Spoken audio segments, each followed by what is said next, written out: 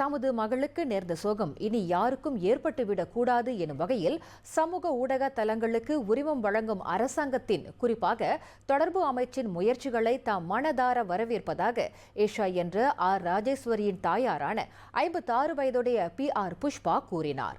அதோடு அடுத்த ஆண்டு முதல் நடைமுறைப்படுத்தப்படும் சமூக ஊடக சேவையின் ஒழுங்குமுறை கட்டமைப்பு அல்லது உரிமம் பெறும் நடவடிக்கை இனி ஊடகம் குறித்த குற்றங்களுக்கு முற்றுப்புள்ளி வைக்கும் என்றும் ஈஷாவின் குடும்ப உறுப்பினர்கள் நம்பிக்கை தெரிவித்தனர்.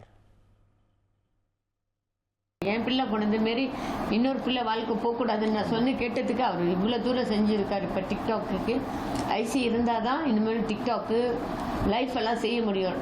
புது வருஷம் பிறந்தேன்னு இது ஒரு நல்ல முடிவு தான். அப்போ யாரும் திருட்டு ஐடியை வச்சு யாரும் ஏமாற்ற முடியாது.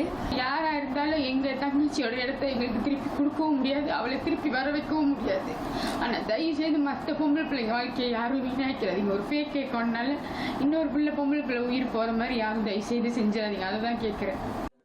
அதேவேளையில் சமூக வலைத்தளங்களை அதிகமாக பயன்படுத்தும் இளைஞர்கள், குறிப்பாக இளம் பெண்கள் எந்த பிரச்சனையாக இருந்தாலும் அதை விவேகத்துடன் அணுக வேண்டுமே தவிர உணர்ச்சி வசப்பட்டு தவறான முடிவை எடுக்க வேண்டாம் என்றும் அவர்கள் கேட்டுக்கொண்டனர்.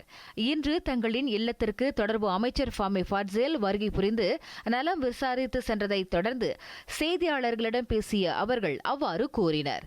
இணைய பகடிவதையால் மன உளைச்சலுக்கு ஆளாகிய ராஜேஸ்வரி என்ற இஷா கடந்த ஜூலை 5ஆம் தேதி தற்கொலை செய்து கொண்டார்.